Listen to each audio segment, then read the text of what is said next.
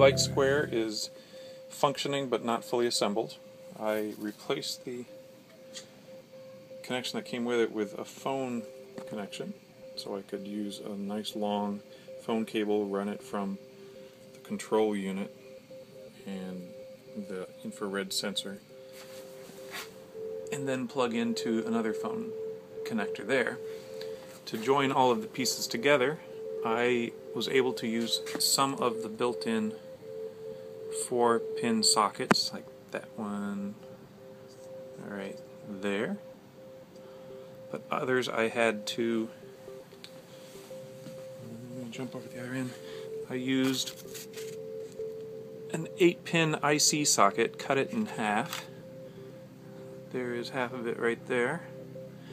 It's hardwired to the end of this piece, and then the wires that are soldered to the end of this one can plug in and out as I need to, if I ever need to take this down and disassemble it.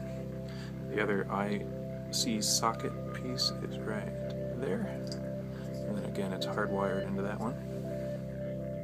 The light square is assembled and mounted on my ceiling.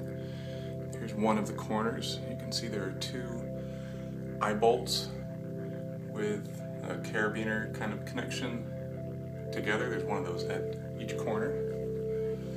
And then running over to the next corner, this is where the wire comes into the unit. That is a phone jack that I've wired into it, and it's held in place with that aluminum adhesive tape that's usually used for ductwork, I think, and that kind of masks it and keeps it nice and secure.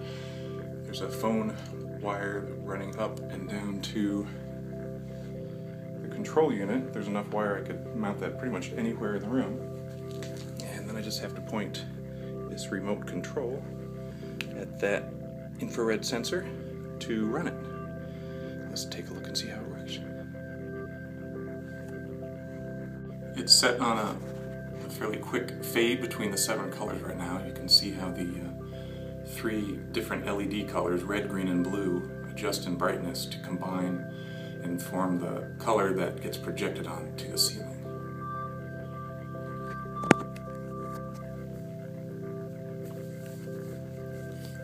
This is jump between all 7 colors.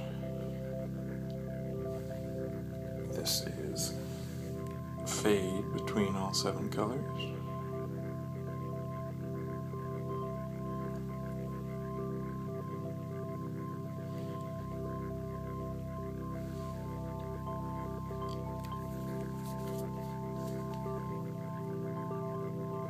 And then you can select any color that you want. And some of them make the iPhone really freak out.